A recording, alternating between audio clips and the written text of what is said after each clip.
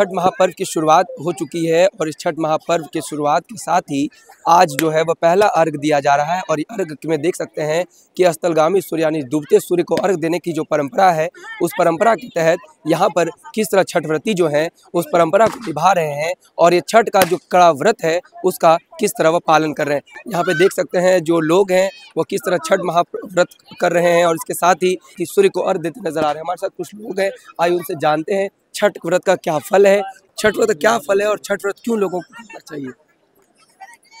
छठ व्रत का फल यह है कि आज हमारे देश के कुछ राज्य ऐसे हैं, झारखंड है, बिहार है, यूपी है, जहाँ पे मतलब कि साक्षात सूर्य का आशीर्वाद मिलता है। सूर्य ही एक ऐसे भगवान है जो साक्षात दिखते हैं और इनकी पूजा करने से जो है सभी प्रकार का मनोरथ को पूर्ण किया जाता है और इनका प्रभाव रहता है कि व्यक्ति का सभी तरह का दुख, दर्द, कष्ट, भय से मुक्त होते हैं और भास्कर का कृपा बने तो व्यक्ति का जीवन जो है सफल बनता है।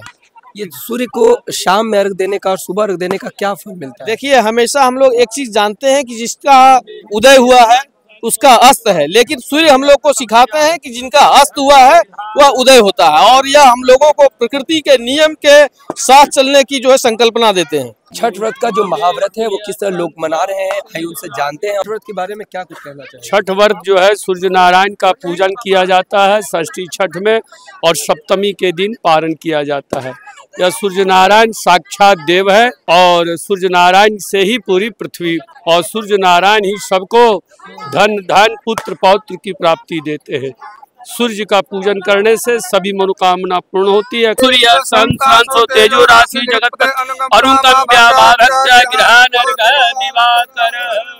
किस तरह सूर्य को अर्घ दिया जा रहा है और ये डूबते सूर्य को अर्घ देने की जो परंपरा है वह सदियों से चली आ रही है। हमारे से कुछ लोग और हैं, आइए उनसे जानते हैं छठ का क्या फल है और इसके साथ ही उनसे यह भी जानेंगे कि छठ का जो महाव्रत है उसके करने से मुख्यतः क्या फल की प्राप्ति होती है। छठ व्रत का फल प्राप्त करने के लिए लोग जो छठ व्रती करते हैं उनको क्या फल की प्राप्ति होती है, इसका क्या पुण्य लोगों को मिलता है? छठ व्रत करने से धन, पुत्र, वंश, संपत्ति की वृद्धि होती है।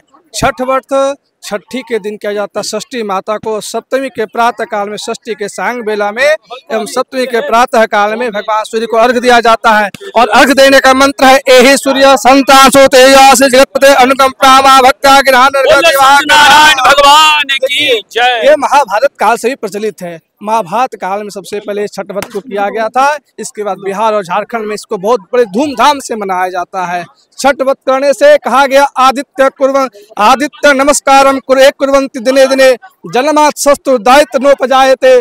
जो आदित्य भगवान भास्कर को प्रतिदिन नमस्कार करता है उसको कभी दरिद्रता नहीं घेर सकता है, उसको कभी कोई कष्ट नहीं हो सकता है, धन संपत्ति की वृद्धि होती रहती है। बोलिए भास्कर भगवान की जय। आज अस्तालगामी सूर्य को अर्घ दिया जा रहा है और यहाँ पे देख सकते हैं कि ये छठ घाट पे काफी भीड़ है और इस भीड़ के साथ ही देख सकते हैं किस तरह जो छठ व्रती हैं वह यहाँ पर सूर्य को अर्घ देते नजर आ रहे हैं। हमारे साथ यहाँ पे कुछ लोग आए, इनसे जानते हैं छठ व्रत का क्या महात्म्य है और छठ व्रत लोगों को क्यों करना चाहिए।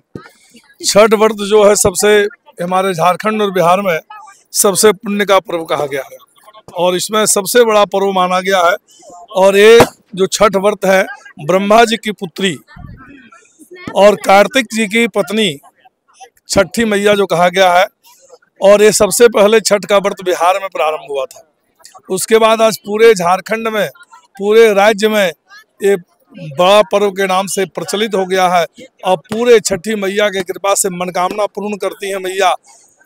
इसलिए सबको इस छठी का पर्व में त्यौहार में सम्मिलित होते हैं और बहुत धूमधाम से मनाते हैं और इनकी विशेष कृपा है। सूर्य भगवान को अर्घ देने का सायंकाल जो है अर्घ है और प्रातः काल जो है कल सुबह में अर्घ दिया जाएगा, जिससे भगवान सूर्य नारायण प्रसन्न होते हैं और मनोवांछित फल की आशीर्वाद देते हैं। ये 36 घंटे का जो निर्जला उपवास रहता है उसका क्या महत्व है, वो क्यों किया जाता है?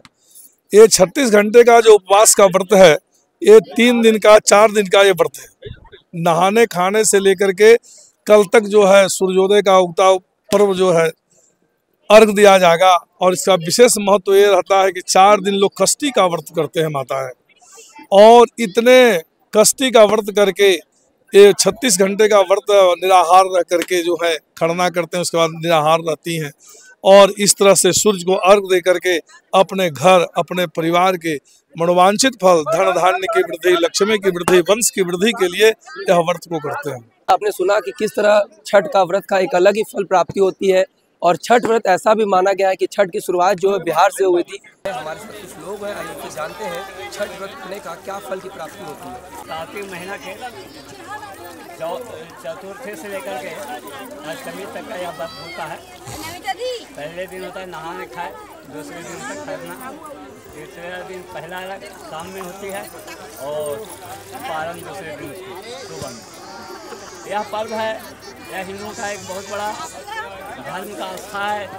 इसमें मनुष्यों का शारीरिक कष्ट, पुत्र पौत्र वृद्धि, धन धान्य का लाभ और यह व्रत प्राय स्त्री और पुरुष भी कर सकते हैं और करते आ रहे हैं। यह हमारे यहाँ का पौराणिक परंपरा चला है, जिसके चलते सभी लोग पूरे घर को, घर आंगन में जितने भी सारे सामान हैं सबको पूरे तरह से धो धा करके और लहसुन प्याज से वर्जित रह करके यह उत्तम व्रत कार्तिक महीना में,